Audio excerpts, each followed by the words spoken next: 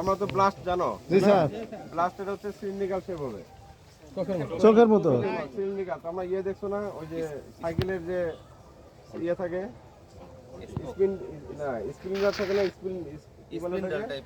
Splinter চোখ আকৃতি সাইকেলে দেখছো না, যেটা নিয়ে ঘোরে আর কি। না না না না, আরে এরকম যে মাকুর মতো শেপ, মাকু দেখছো না তোমরা, সাইকেল যে যেটাতে ঘোরে চাকাটা। হ্যাঁ স্যার, জি স্যার। স্প্লেন্ডার। স্প্লেন্ডার বলে। হ্যাঁ, এটা হচ্ছে মাকু, অনেকটা মাকুর মতো শেপ, আপনাদের চোখ বলে ফেলছিলাম আমাদের। মাকুর মতো শেপ বা চোখের আই শেপ। হ্যাঁ, চোখটা এটা অনেকে চোখটা চোখের আই শেপটা বলে, অনেকে আবার ওই যে সাইকেলের যে স্প্লিন্টার আছে সেটা বলে। আচ্ছা, এখন পার্থক্যটা মেনলি হচ্ছে ডিএলএস, ব্যাকটেরিয়াল লিভ স্ট্রিক আছে না, আরেকটা হচ্ছে কি ব্যাকটেরিয়াল লিভ লাইট। তা দুইটার মধ্যে পার্থক্য কি বলো? যে আমরা মাঠে গেছি, কৃষক বললো যে আমি তো বুঝতে পারতেছি না কোনটা বিএলবি আর কোনটা হচ্ছে বিএলএস। বিএলবি কিন্তু হচ্ছে আমাদের এখন কিন্তু এই বিশেষ করে আমন সিজনে এটা কিন্তু বেশি দেখা যায়। কেন দেখা যায়?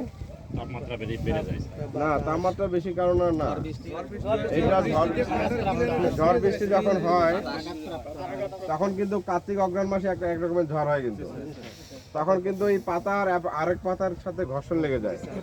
ঘর্ষণ লেগে সেখানে কিন্তু কি হয়, ক্ষত সৃষ্টি হয়। ওই ক্ষত দিয়ে তখন কি ব্যাকটেরিয়া প্রবেশ করে, জ্যান্থোমোনাস ওরাইজি।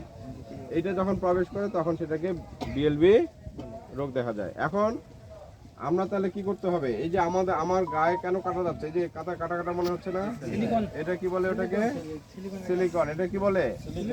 এইটা যত শক্ত হবে তত বিএলবি রোগটা হবে না, ঠিক আছে? এই জন্য আমরা সবচেয়ে কোথায় পাওয়া যায় সিলিকন? কোন ছাই? শুকনা ছাইও না, এটা ধানের যে অটোমিলের যে তুষটা আছে ওইটা কিন্তু আবার যদি পানিতে ভিজে যায় তাহলে কিন্তু ওইটার মধ্যে আর সিলিকন থাকে না। তাহলে কি করতে হবে? ওইটা শুকনো অবস্থায় এবং পানি যাতে না পড়ে সেই ছাই এই ধান খেতে দিতে হবে। তাহলে কি হবে? আর একটা কি পটাশের একটা ভালো উৎস হচ্ছে ছাই। তাহলে এই যে ইয়েটা স্লাইড কর্নারগুলি যখন শক্ত হবে তখন একটার কিন্তু আরেকটা ঘর্ষণ লেগে এই বিএলবি রোগটা হবে না। আরেকটা হবে কোনটা আমরা করতে পারি, যে আমরা বলি কৃষকদেরকে যে ঝড় বৃষ্টির পরে অবশ্যই আপনি বিঘা প্রতি করে 5 কেজি করে পটাশ দিয়ে দেন, তাহলে কিন্তু গাছটা কি হবে, শক্ত হয়ে যাবে। আচ্ছা, আরেকটা যেটা বলছিলাম যে অনেকে কিন্তু অনেকে কৃষকরা কোম্পানি বলে ভাই এটা ওই দেন কি ইয়ে বেরোছে, যেটা ব্যাকট্রল বেরোছে না, বেরোছে না, এগুলি কোনো মানে ওষুধ না, এটা ডচ ব্রেনওয়াশ, কৃষকদেরকে ধোকা দেওয়া। তো আমরা কি করবা, বলে যে ভাই আপনি এক কাজ করেন, সেটাও লাগবে না। তো আমরা যদি লিটারে 6 গ্রাম পটাশ দাও আর 6 গ্রাম হচ্ছে থিওপিট দাও আর সিলেটের জিঙ্ক দিবা লিটারে 2 গ্রাম দিয়ে যদি একটা স্প্রে করে দাও আর বিঘা প্রতি 5 কেজি করে পটাশ যদি দিতে পারো, তাহলে কিন্তু এই যে যেটা বিএলবি সেটা কিন্তু অনেকাংশে দমন করা যাবে। ঠিক আছে, ম্যাজিক স্প্রে। সিলেটের জিঙ্ক কত গ্রাম স্যার? 2 গ্রাম। 2 গ্রাম লিটারে 2 গ্রাম। 6 গ্রাম 6 গ্রাম। হ্যাঁ, 6 গ্রাম 6 গ্রাম 6 গ্রাম করে। এটা কিন্তু দুইবার দিলে ভালো হয়, মানে একটা ট্যাঙ্কিতে 100 120। হ্যাঁ, দুইবার কখন দিবা? একবার এই যে বুটিং স্টেজ আসছে না, এটাকে বুটিং স্টেজ না, বুটিং স্টেজ কিভাবে বোঝা যায়? বুটিং স্টেজে কিভাবে আসে, এটা কি মানে ধানটাতে গর্ভবতী হয়েছে সেটা আমরা কিভাবে বুঝবো বলো? হ্যাঁ, আমি কিছুই যাব না, আমি দূর থেকে বলে দেব এই ধান ক্ষেতটা বুটিং স্টেজ। আমরা দেখবা যদি ধানটা কি এই কান্ডটা হচ্ছে ত্রিকোণাকার দেখবা, মানে কিছুটা হচ্ছে ধানের যেটা বুটিং স্টেজে আসে নাই সেই ধানটা দেখো যে একটু কিন্তু চ্যাপ্টা টাইপের হয়ে গেছে, একটু চ্যাপ্টা। আর ও যখন বুটিং স্টেজে আসবে তখন কিছুটা গোলাকার হয়ে যাবে। দেখো হচ্ছে কিনা বলো? আগে ছিল চ্যাপ্টা আর এখন কি হয়ে গেছে, গোলাকার। তার মানে এটা একটু বুটিং স্টেজে, হ্যাঁ, যেমন এটা চ্যাপ্টার আছে না? এটা কি বুটিং স্টেজে আসছে? আসে নাই। তার মানে এটা কোন স্টেজে আছে? এখন এটা কোন স্টেজে আছে? ম্যাক্সিমাম সর্বোচ্চ খুশি তাই না? এরপরে কোন স্টেজ আসবে? এরপরে পিআই নাকি?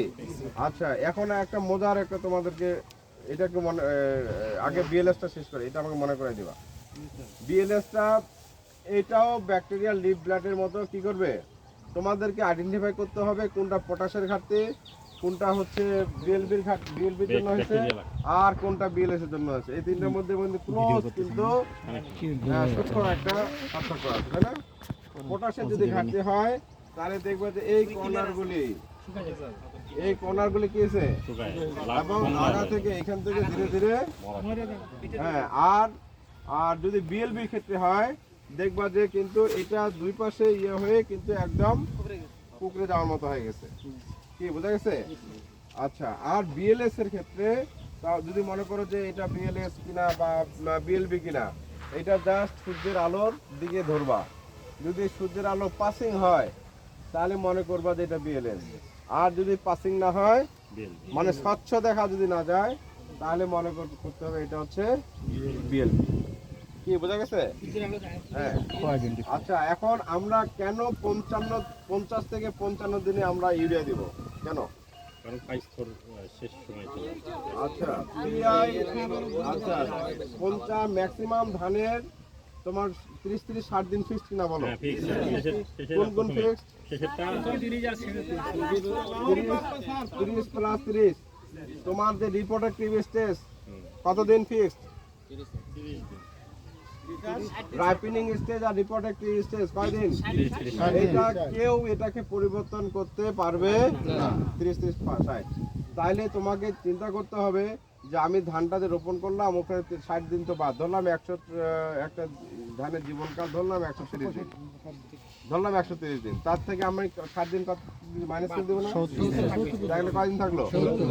তাহলে এর মধ্যে রিকভারি স্টেজ কয়দিন চলে গেল? রিকভারি স্টেজ কয়দিন? 7 দিন 10 দিন আমরা ধরি। কয়দিন ধরে? 10 দিন। এটা কি মনে থাকে না কেন তোমাদের? রিকভারি স্টেজ কতদিন?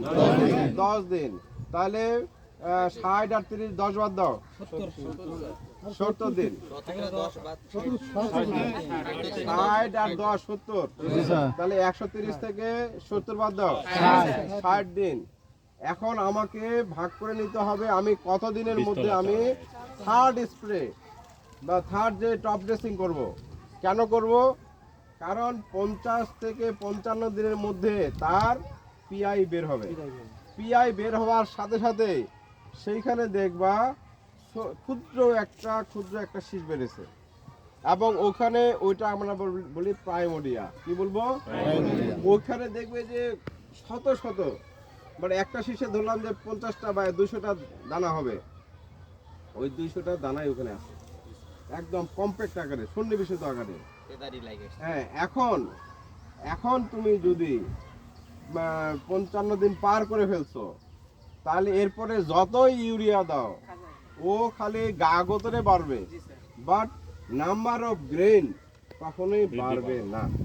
দানার সংখ্যা বৃদ্ধি হবে। তাহলে দানার সংখ্যা বৃদ্ধি করার জন্য আমাকে তাহলে কোন স্টেজের এই ইউরিয়া সারটা দিতে হবে?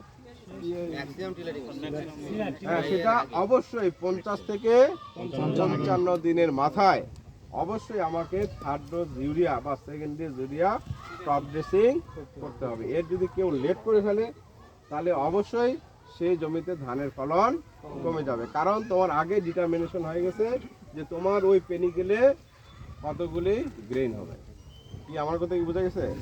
তাহলে আমরা এখন দেখব, তোমরা এখানে ওই কৃষক ভাই তো আছে নাকি? আচ্ছা যাক, আমরা এখন এখানে তোমরা কিছু নাও, ধান নাও, আমরা ওই রুমে গিয়ে মানে গোড়া একটা গোছা তুলে একদম